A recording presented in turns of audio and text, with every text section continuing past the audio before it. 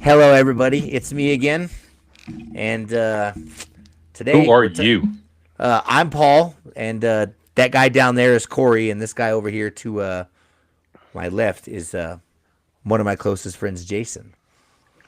And today our podcast is called "Racing for the Next Generation." We're Right gonna on. get in. We're gonna get into a little bit about me and Jason's history and the lives that we've led and the things that we've done to better our lives.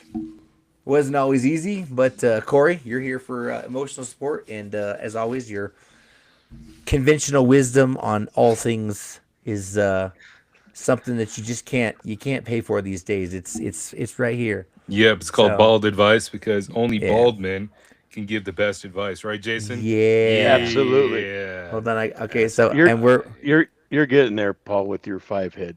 You'll get there eventually. shit, dude. If I just peeled this thing back like a There you headband for a go. girl, I'd There, match you guys. Look at that. There you go. yeah, there you go. Yeah, Jesus Christ. yeah, buddy. So Miss me? just so yes. Oh, every day. Yeah, we talk about you all the time, bro. Um, so I've started working on this Riverside app. I'm getting more familiar with it, and now we have like a soundboard and stuff where I can play stuff and just kind of make it a little bit more of a funny podcast. Paul is But just having fun. Look hey, at him. I'm gonna have 100,000 followers before this is over with. I promise both of you right now, it's gonna happen. I want to. I Hey. want to get. I want to get paid. Yeah, right. Yeah, we need to be sponsored by like Nike or Preparation H or something like that. Oh, You know what I well, mean? let me call Whatever Michael brings Jordan. the cash. Show me the Mm. Call money. Michael Jordan up real quick. Oh, hey, go get jump. Hey, I mean, if Bubba could do it, we could do it, right? Yeah. Bubba who? Bubba. Oh, who? Oh my God, that's funny, dude. So, Anyway, like I said, I'm Paul. I'm the host. Corey's down there. Jason's over here. Corey, as you all know, is my neighbor, and Jason's up here. Jason's way up here. yeah, Jason's all the way in Michigan, where it's freezing cold. Me and Corey are sitting down here, and it's like 70 degrees outside. It's nice. Yeah, A it lot of was. a lot of the snow melted today, so Well, that's good. So, yeah. Jason, why don't you introduce yourself and tell everybody a little bit about yourself, and I don't know, kind of go into how we met, and I mean that's a 35 or 40 minute year whatever story in I and of ain't got itself. time. I ain't got that much time left in the day. Yeah, time's running Jason's out. Jason's been up early. So let's see. Paul's known my youngest son for probably the better part of 7 years. I met Paul through him. We used to we got into junior drag racing, and Paul and I got hooked up, and we ran to Odessa quite a few times to Bounty Hunters, Winter Meltdown. We raced a lot at Elk Creek Dragway together. We were teammates. It was an all girls team. Uh, we became really close friends, and I believe it was because of a deep dark secret that a lot of people can't get out of. Um, Drug addiction, and you can just tell, or I can just tell, because I don't know, a sixth sense, but I can just tell by looking at somebody who's been down a path, and you kind of get a connection because they understand that lifestyle. Hmm. And I think Paul was the same way. Paul could see that I'd been down that road quite a few times. Like, so my lifestyle, I guess I it started when I was 16. You start with, well, I'm older than both of you, so for me it started with weed, and then The gateway drug is what they call it. went into cocaine. 16 years old. Dang. Started selling cocaine at 16 years old in high school. But then I was out. Then I just quit. Like, I didn't do anything for quite some time. Ended up going to. My dad told me if I didn't go to school that I needed to go to vocational school. So he sent me off to a Job Corps. I was 18. So I went to a town called Greenville, Kentucky for a year and a half, and I took heavy equipment operations training for a year and a half, and I became a certified heavy equipment operator. Then I got out, and went to a party, and one thing led to another, and met my first wife, and got right back into it. But I got into methamphetamines at that point, and it was off, on again, off again. Uh, I will always call myself an addict, but I was one of those fortunate ones that was able to stop when I wanted to. Uh, until I don't know, I was probably 27, 28 when I started manufacturing. So yeah, my life got deep, but I ended up getting divorced, and then was divorced for a little while, and about a year and a half later, I found my current wife, and we've been together almost 20, 21 years. Mm. We have a 14-year-old daughter. Anyway, I'm just bouncing around, but it's my saying is you gotta want to. If you don't want to, then you're just not. Like like Paul. I don't know all of Paul's story. I just know he got out. He's a very successful businessman right now. Um, I don't and know. I and don't know. he's You've heard and he's most of my stories. and he but you're and he's doing it. Yeah. It took me. I didn't grow up until I was like 30, 32.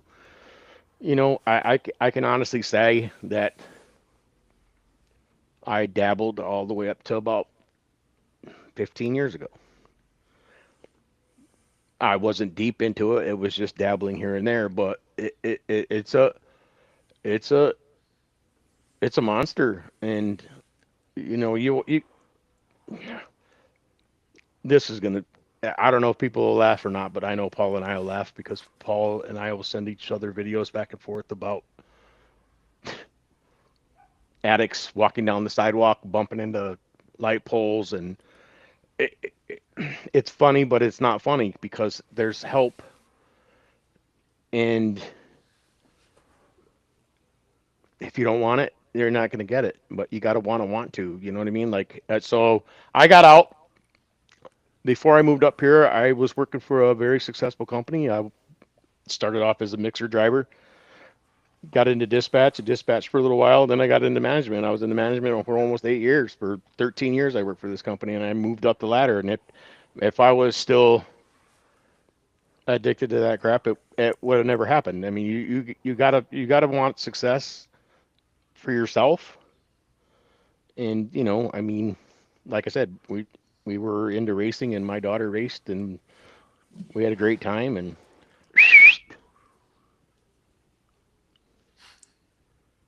What Are you was calling your that? daughter?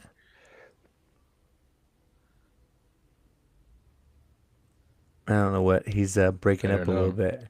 Yeah. A little delay there. hey, I'm gonna go on mute for a minute. All right. Okay. So one of the things I talk about is you have to have a drive, a want, to get you out of these things. Because otherwise, if you don't have some kind of a motivation, there's no reason. And you don't move forward. And we talked about this on another podcast, Paul. And you found your motivation, and then that motivation just pushed you and pushed you and pushed you until you're where you're at, being successful. And it sounds like Jason found his motivation, you know. And then it's like a year before you had your daughter, you had that motivation. It sounds like. You're still on mute, Jay. You're still on mute. You're still on mute. Oh, he says he can't speak right now. Well, I think a lot of it Okay. has to do with addictive personalities. I've definitely got an addictive personality, and me and Jay we have a lot in common.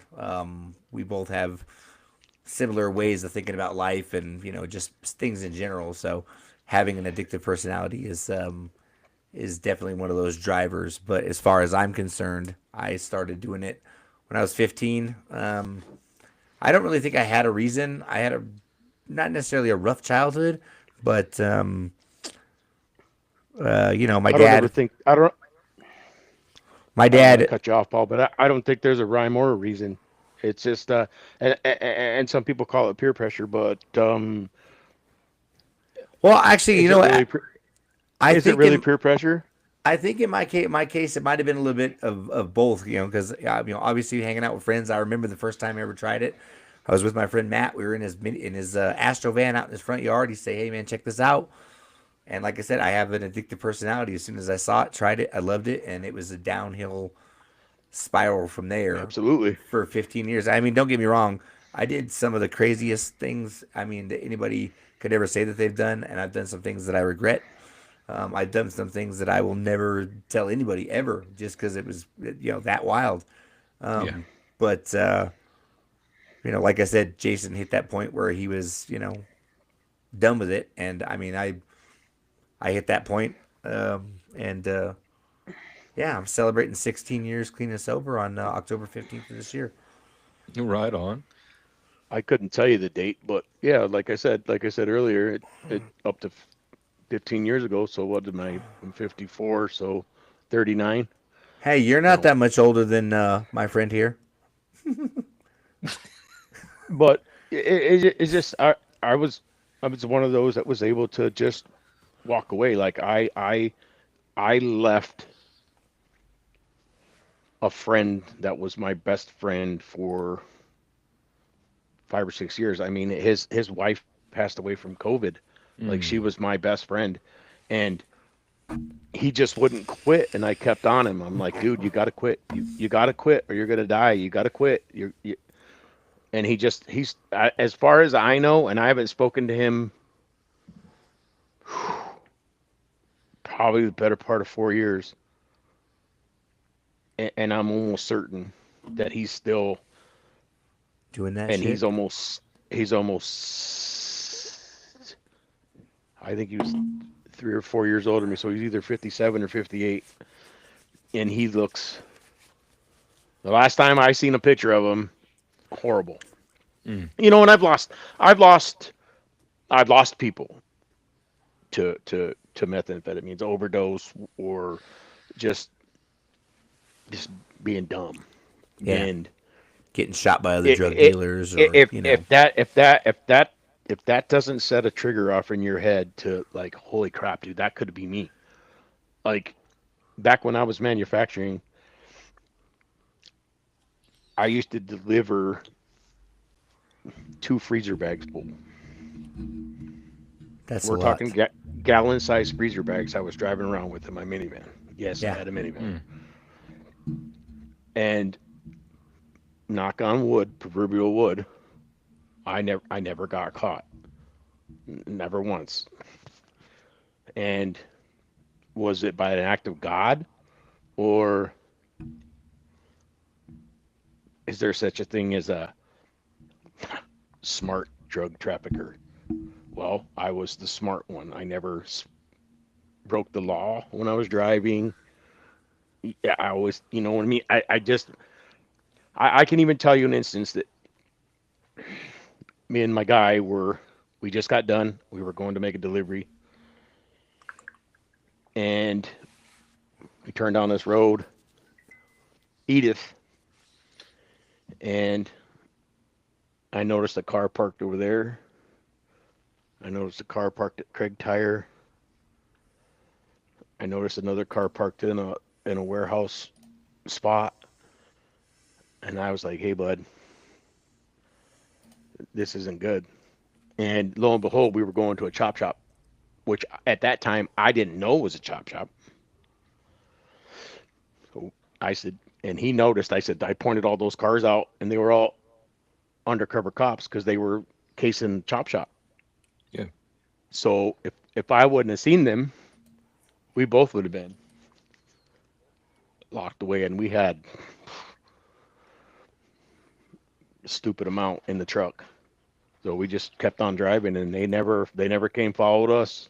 We went right back to his house, and I've been lucky quite a few times. And like I said, I don't know if it was an act of God or just I was just the smart delivery guy or what. But it that stuff plays in your mind, after a while. And like I said, that there's a lot of help, and a lot of these people don't want it. It's They become homeless and they get hooked on stuff, and then they don't want the help that is out there, and it's sad. Yeah. It's really sad. I mean, that's as deep. I mean, I never got into robbery, and I never got into that side of addiction, so I don't know. But it, again, it goes It's definitely not a fun road to go down at all. it still goes back to, you want to quit, you want to get better, you want to be better for yourself and your family. And a lot of my family don't know, and if they see this podcast, they're going to know, and it is what it is. And I'm not afraid to tell anybody anymore. I haven't been for years. And Cheyenne didn't know, that's my daughter, until tonight when I told her, because I picked her up from basketball games. She said, "Dad, you excited for your podcast?" And I was like, "Okay, here, look, you're going to learn some stuff about your dad that you don't know, and it just is what it is." Yeah. Well, That was I think that was I think transparency is definitely a good thing. So that way it teaches our kids what not to do in life. And I mean, obviously, it's a struggle every day. I mean, Corey, I mean, we all have kids, and Yeah. some of ours are older than others. I know Corey's got one in college, and mine's getting ready to graduate high school. My stepdaughter, Aurelia, she's doing what she's doing, and I mean, Cheyenne and Aurelia are about the same age. So, I mean, most of our kids are, and I mean, Jay here's got two grown kids, two grown boys, Ryan and Matthew. So, Yeah, I got I, I'm fixing to have 8 grandkids, man. Oh, yeah, wow. yeah. By So, him, like I by said, him, by him alone. yeah, Matthew's Nine got a lot. counting nine, nine Matt counting the one that's at your house. Matt's got a lot of kids. Yeah. So, like I said, I think it's important to have these discussions, and I mean, most of the people that I know are very well aware of what I used to do because I didn't have no shame. I do it right in front of you. I don't give a that's just Yeah. how it was for me. But like I said, I think it's important that these kind of conversations get had, especially since we're always joking. And me and Jay have had countless conversations about the things that we have done, and Oh just yeah. thinking back to those times, and just thinking about all the and just the things that it's not a glamorous lifestyle. Some people might think that doing drugs is cool and all this stuff, but it's really Well, it's back not. back in my 20s, it was kind of cool because I was 20 and dumb. Now you grow up. Well, some people grow up, but Well, I'm still. thinking back on it now, it was dumb. But back when I was that age, I was like, oh Yeah. man, I'm making money and doing this and that, and I don't know. Like I said, I don't know, Corey, if you've ever been around that type of stuff or done that type of stuff. I would assume not. You seem like a pretty straight shooter. Well, in my early 20s, my brother in law, well, it took him a while to become a brother in law. Yeah, I'm a little square. Uh, him and his Wow. gang, his buddies in another state, they introduced me to a lot of stuff. And my sister, of all the people, she's the one that kept me from getting involved and doing a bunch of stuff. I was told that there's no such thing as contact high, but when you do puff puff pass and all that kind of stuff, I I felt different. Yet the other issue is it didn't it didn't do anything for me like it did for everyone else when I was watching. My issue was I can drink. Yeah, I can drink most people under the table just because it wakes me up. It's like a rock star or It's an getting aphrodisiac. Yeah, yeah. yeah, So I can get super drunk And this is what was happening to me, and this is what caused me to stop. Super drunk, and I get bored. What do? Everyone else is all passed out, going to their room or whatever else at 4 o'clock in the morning, and I'm like wired. So I would go driving in my early That's not a 20s. good. That's not a Yep, good idea. Yeah. yep. So I had to stop drinking, and then I hadn't uh, had a drop of anything until I moved here. Well, Oh, living in the New Mexico state of New Mexico and the city of Albuquerque will definitely drive anybody to drink alcohol, for sure, for sure. and or do drugs. Yeah. Well, that Unfortunately, no. And the stuff that the people I work with, um, yeah, I do a hospice chaplain, and so the war zone is one of my areas, and several guys are like, yeah, you know what the dollar is for? You get something laced with, what is that one? Fentanyl. Fentanyl, yeah. Yeah. yeah, oh And yeah, so they're always asking for a dollar, and he goes, "Here, I'll point where you can buy, and then buy, and then buy." And it was all over the place. It's still all over the place. And I see these people walking down. Had to call the cops once because a social worker and I are driving down Central, and we see shoes. Then we see a top. Then we see the bottom, and then we see the underwear, and there she is, and just walking naked down the road, and people are driving by taking video and pictures, and got the police come out and pick her up and stuff like that. And I've seen people that are bent over, male, female, and I talk to my kids about it. It's like you can do this stuff. This is where you're going to end up. I just chose differently. Your uncle, uh, he's addicted. He can't get off of it, and he will never get off it until he dies. And that's Or just until who he is. he makes the decision. Some people, they just can't, or they don't, or they. I mean, like I said, like and Jason said, you have to want it.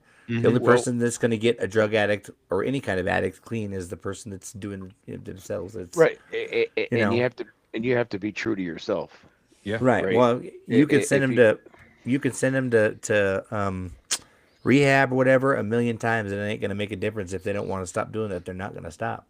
and it's funny you say that because I have a friend that her mom and dad sent her to rehab, and she came out a month later. It was right back at it, Yeah. and I have kind of a mediocre success story too. Like my oldest uh, died from smoking fentanyl. Luckily, he's still here. He got brought back to life, but he was addicted to fentanyl, bad, Hmm. and he's now a foreman at a landscaping company. He now has his own house with his wife, who's fixing to have another kid. Uh, is he totally a okay? No, but he's off of all that madness. So kind of a success story in his life, like so it's That rough, buddy. It's rough. that's funny that you say that. You have two boys. Don't both of them work in landscaping? Well, I don't know if the other one kind of works. I don't know. He more like drives around and gets stuck. Yeah. He got yeah. He gets it done. He's a good worker. Yeah. Yeah. He still needs to get his life together though, and we won't go there on the Yeah, podcast. he's working on it. He's working on it. I know. Give him some I, love. I did. I called him today. We're good. All Anyway, right.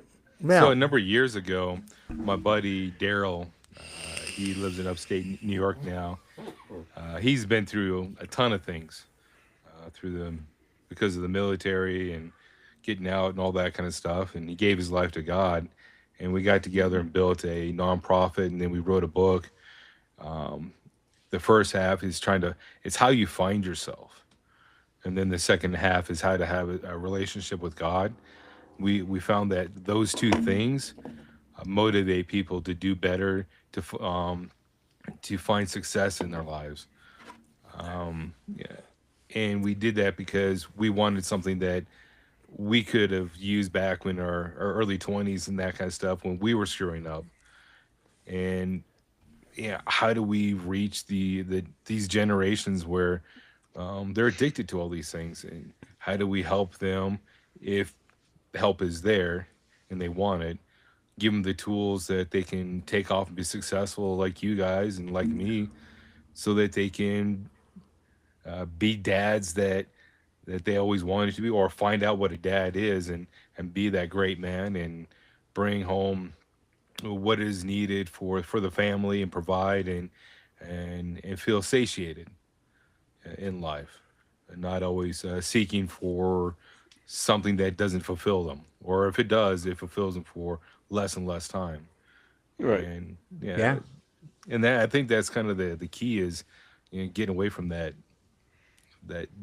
drive, or that gets shorter and shorter because you have to do more, but the high and stuff doesn't last as long. Yeah, have you? They have a. It's a an animated video, and it's like a bird, and he's walking, and then he sees a puddle of orange liquid, and he sucks it up, and then he flies away. He's on cloud nine, and then he comes back down, and he starts running, and he sees another one, and he keeps doing this over and over and over again. And finally, he does a little bit of it, jumps back down, and just slams his head on the ground. It's a really crazy cartoon that they say is supposed to give somebody an accurate description of what it's like to be an addict. And I mean, I think it sounds, or it's pretty spot on.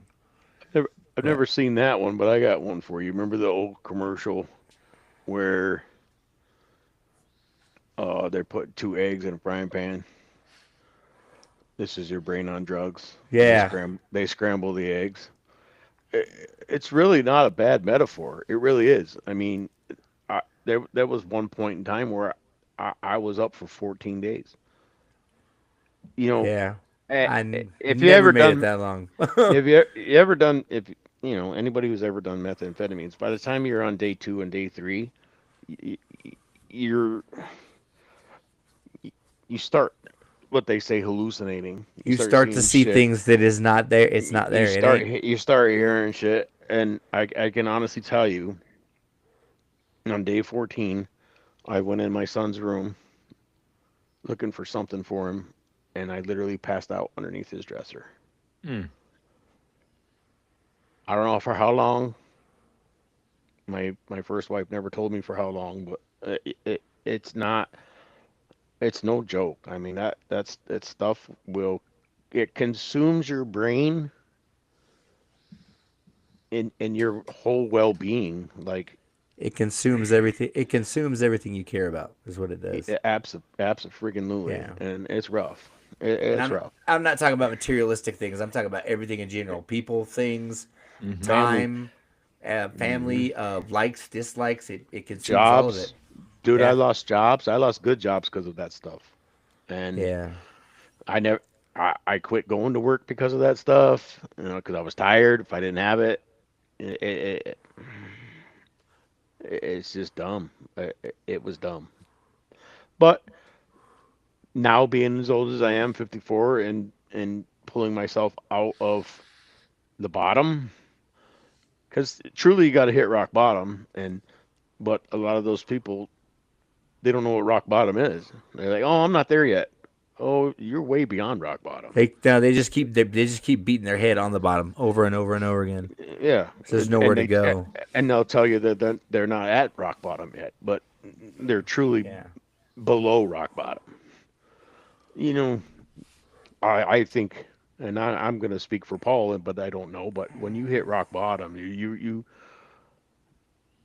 some people tend to snap and go, "Holy crap! I'm really throwing my life away because I quote unquote having a good time." Well, No, in my experience, I don't really think I necessarily ever hit rock bottom, but you know, my dad had to. deal with my his wife dying, and I was in jail right before or right after it happened, like a week after she died. I went to jail, and I was in there for 2 months, and he had to go. He had to. He was. We didn't. I mean, he had my sisters, but fractured family relationships don't really work out too well in those types of scenarios. You know what I mean? So, I mean, they might have been around, but like I said, being there and being around are two different things. So I think like I said, that was the aha moment where it was it wasn't worth it anymore to deal with that. Obviously, I wanted more. Forrest was already a year old, so making those decisions and just like I said, just kind of stuck with it. But I mean, a lot of people, like I said, everybody needs that aha moment, or like we've all said our moments, or the type of moment we were looking at, but it wasn't even an aha moment. Like I just I wanted to do it, and going back to that point, unless somebody wants that, it's never gonna happen. Like I said, Yeah. I was like, yeah, I'm good. It's whatever. There's no Yeah, way you can help them. yeah, it's the same as you know, drug addictions ain't no worse than being an alcoholic. Well, they're both addictions. I mean, there's no difference Y- between y- the two. You Right. can be you And can be a gambler or addicted to gambling, porn, whatever. I mean, there's a lot. Food, yeah, Yeah, there's an addiction for every. There's all kinds of yeah. addictions out yeah, there. and you like again, I should patent my saying, but if you want to, I mean, if you don't want to, then I don't know what to say. You gotta Put that on a want to. T-shirt, Jason. Yeah, Yeah, You need to put that on a T-shirt. set you yourself gotta up with one of them Timu shop or not Timu. What's it called? Pinterest? Is that what it is? Pinterest? No, stay away from Timu. That's a bad idea. yeah, no, Yeah, no, that'd be a it's great T-shirt right Yeah, there. you gotta want to. It is yeah. Yeah, if you want to change, then you gotta want it. yeah. I mean, nobody can do it for you, right? I can tell you how to do it, but what you do with what I say is up to you still, Yeah. right? So it's still up to you, no matter how it goes, right? Like All right, I don't know. Some of it's just frustrating to me. so now's the point in the show where we're supposed to pivot and go towards the other part of the show that we were going to talk about tonight. Jason, like I said, this is sort of a darkness into glory type of situation where we talk about the bad stuff and turn it into the good stuff. So you want to tell everybody how you got started in the world of competitive junior drag racing? Yeah. So another good friend of mine who just passed away a couple years ago from cancer. Fuck cancer. Actually, a year ago. It just his anniversary was Just a couple days ago, no? just a couple days ago. Yep. Um, his daughter used to race, and we used to go to the track every weekend. And I have pictures of Cheyenne at 2 years old sitting in his daughter's race car. So we just kept going and kept going, and then when she was 9, her we call him Uncle Jerry, but he's not really an uncle because we've known the family for that long. Had a junior, and I bought it without Cheyenne knowing and brought it home, and that's how it got started. And she did it for 4 years, and I had to sell all of our stuff to move up, not to move up here, but I couldn't bring it because there was no racetracks really that close to go to. She was understanding because she's older, but yeah, we got involved, and when she was 9, and she moved up competitively pretty quick, and yeah, she did it for 4 years, almost 5 years before we moved away, and yeah, it was a great time. Fun fact for people who didn't know, me and Cheyenne won our first races on the same day. Absolutely. Yeah, I won my I first bracket race, and she won her first bracket race on the same day. I have that somewhere. If I Yeah. could turn my camera around, I could show you pictures of Paul's Maverick and Oh, of course. Yeah, Corey's seen a lot of pictures of the Maverick because they're all over my house, my garage, my Yeah. room. Yeah. And Cheyenne's last car with her and I at Odessa, I got a big 8 by 10 or 10 by 12 hanging up on the wall over there. But yeah, it's we miss it. I'm trying to figure out how to get her back into another one or get her one ready for when she's old enough to go into. I don't even know what they call it up here, but street stocks is what we call it. Yeah. Dirt track stuff. Well, Corey's actually gonna come to Ennis with us for chaos. We're gonna go run the big car down there. Oh, Yeah, oh, down in Dallas in April. Yeah, you're we're going down there in gonna April. Hey, gonna so if take there over my was, spot, huh? yeah, so if there is one moment in time with the racing, what is the greatest moment? Like with us together or separate moments. Together, your daughter, what is that greatest moment that will ever forever live in your mind? Well, I think for Jay, it's a lot easier for him to answer that because he's got one kid, but I had, five. I had five kids that raced. Well, yeah, Lexi, Aurelia, Forrest, and Jess. So I had four kids that raced. I mean, each one of them had Did you get they. Jasmine? Yeah, I mean, Jasmine. She unfortunately Jasmine never won a race. I think she won a gambler's race. She came real close. She was always a bridesmaid, but she was never a bride. But racing in Vegas, obviously that was. I mean, she went to the finals of the four wide and got to race against some of the biggest junior dragster drivers on the planet. Obviously, when Forrest won the Wally, that was probably the best ever. Just because he won a Wally, that was pretty cool. Aurelia, she won the big money bracket race in Albuquerque 3 years. She runner up or won that race since its inception. 3 or 4 years in a row. She was racing in it. She either runner up or won the race. And Lexi, we got to go to the World Finals in Mississippi. I mean, that's something that none of my other kids ever got to do and ever will get to do. She got to go to the World Finals in Mississippi. That race isn't even there anymore. So, Hmm. each one of the kids got to do something that one of the other kids didn't. So you got a Uh, snapshot of each one of them then. Yeah. Well, yeah, yeah. Like I said, different memories for different kids. I mean, we all did some pretty cool stuff. I can't really pick the dates, but I know her trophy sitting right over there. That what Paul already mentioned of him and her winning on the same night. I don't remember what that was. That a special race? You remember? Um, that was the Derek Sanchez Memorial Race. No. It was like, Well, that was that one. yeah, Oh, that's right, because she got the plaque from the year before because they couldn't afford to get new ones. yeah. Yeah, yeah. Anyway, That that one that was pretty special. And then she's got another one over there. The one of the original Albuquerque Dragway with the tree. yeah, Aurelia's got one of those. Um, so I mean, every weekend at the racetrack was special, but every time she won was even a little bit more special. And then every time we went out of town, she always wanted to go to Odessa because Odessa, and Paul can attest to this, that track is second to none when it comes to the kids. There was always 20 to 24, 26 juniors there every time we went for bounty hunters. Matter of fact, I'm wearing the shirt here.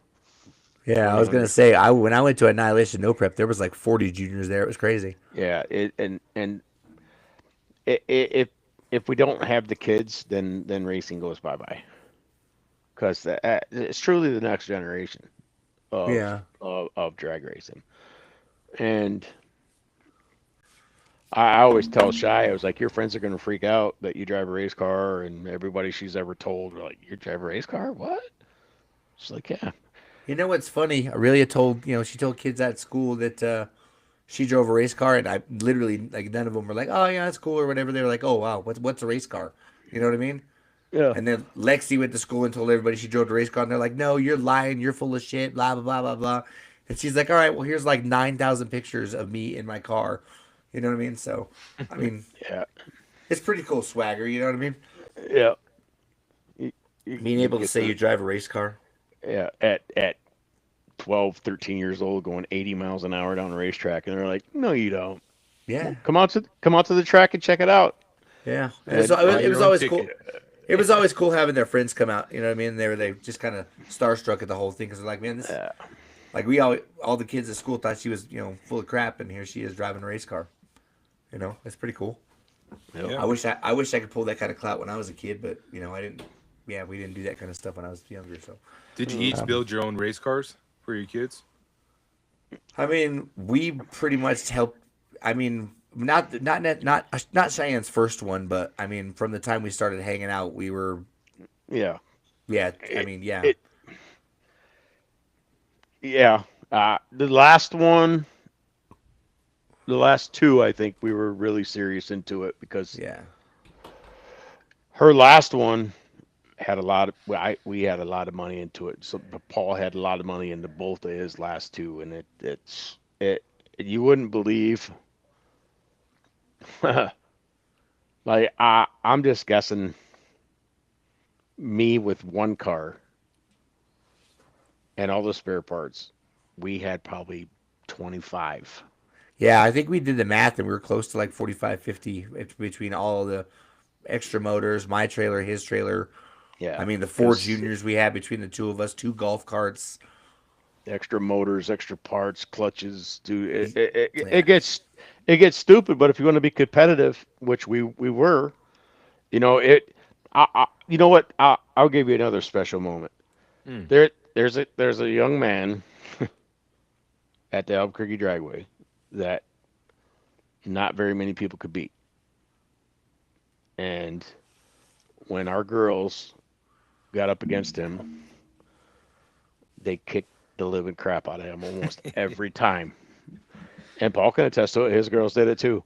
Cheyenne beat him I don't know how many times, and that boy would get so mad that and his dad would just chew him out. And it was the smile on the girls' face just and I mean he beat them a couple times, but 9 times out of 10, mine and Paul's girls would whip his ass up and down the track, and he just so that was a pretty special moment because she was always nervous, like Oh, you're racing, they all you're were. racing, Yeah, they all were. Yeah, you're going up against Mason yeah, again, yeah. and she'd tree the hell out of him and just down the track she'd go. Yeah, dude. So that's pretty. That was always a special moment for me to beat him, and I liked the kid, but he what track champion 2 years in a row, Yeah, Swadra Oh, champion 2 years he in a row. was definitely the Squadron champion this year, dude. Or this last. Oh my god, dude. They logged Well, like 6,000 miles, 7,000. I mean, yeah, they had like 5,500 points or something. They were like 3,000 points ahead of second place in the Squadron. nobody's ever gonna get that. Oh, somebody told me I wasn't supposed to pick my nose on camera. That's funny. Yeah, who was it? As I long want to as you say it don't was. put it, I want to say it was Mimi. Maybe it was Hillary's mom or something. Called her. So it was like, as long as you don't put it in your mouth, you'll be all right. no, no, no, no. I stopped doing that stuff long ago. Jay, you know that. So we were speaking about Pinball Nice Raceway. Just real quick, I wanted to go over the schedule coming up over the next couple of weeks. Um, I need a beer. Next week, we're talking to Robert Costa and Gene Grant about the state of the strip and just the things that have happened and progressed since Robert's taken over the track and the schedule for 2026. The weekend after that, we're going to do the Junior Crew Chief Exit 101. We're going to be talking all things junior and just how to get started, things to look for, things to kind of stay away from. And that's going to be with Gary Gardenhire, who's the owner of Pinball Knights. And Jay, you're going to love this. John Myers Jr., my buddy John from Roswell, is going to be on. And then March 20th, it's going to be Lyle Greenberg and Paul Vineyard is going to be back on. We're going to be talking about, well, the vast knowledge that is Lyle Greenberg. He's got stories and just he's a, yeah. That'd be a good one to watch if you want to learn anything about racing. Listen Albuquerque to that Dragway one. historian, Mr. Lyle Greenberg. Corey, any exiting thoughts for this evening's podcast? Yeah. Um, yeah. I think the T-shirt that Jay is going to be putting together, maybe throw it up on Paul's site or stuff like that. Uh, but the big thing is when you get out, when you got that, when you get out and you take all that effort and all that manpower that your mind and you put it towards business or stuff like that, your life goes. Things, happen and all that kind of stuff, but your life goes. So put your mind on that you want your life to go and to do something. It will. These two guys have been talking about it. Yeah. So you We can are living either proof. you can either waste your life or you can find a reason and make your life go. Go do something. So there's another quote that I heard, and this one came from Steve Harvey. Mm. And a little story about Steve Harvey back then was he was always afraid to start something new. And it's just it's a one word quote, and it's called jump. Hmm. Jump. Just jump. Like, okay, so if you want to start a business, but you're afraid, you're not gonna know if you fail unless you just jump. Just jump. Just try it. Sometimes you got to take the leap. Sometimes you just got to jump, right? Yeah. Paul didn't know he was going to be successful, No, I thought I'd be dead. I thought I'd be dead by now, but you know, right? But you didn't think you were going to be successful in the landscaping business nope, sure until you didn't. jumped. You jumped. Yeah. You jumped right into it. Granted, you had a partner and he jumped out, but Yeah. Well, you kept it going, you know right? what? Yeah. You got to sometimes you got to take the wheel and run with it. So Hey, go go ahead. ahead. Nope, you go ahead. No, I was gonna do something funny. I have a quote for you, Jay. Yeah. Can I get a oh yeah? Can Oh I get a yeah. oh yeah? You're so stupid. Good lord. All right, guys. This is the starting line society. That's Corey and that's Jay. Um, Next Friday, right here, seven There's o'clock. there's always help. People get help. If you need Yeah. help, get help. Learn to get somebody to talk to. It's out there. And You I'm one of gotta them. want to. Yeah. I got a business called Bald Advisor, and so if you need help, reach out. I'll send that link to Paul, and hey, I'm available.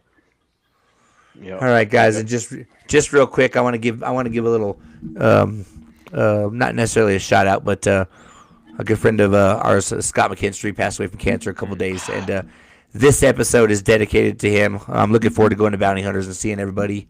Scott, we love you. Fuck cancer. Mm. Godspeed, Scott. All right, guys, we're out of here. Sunday night football is going to take us out, guys.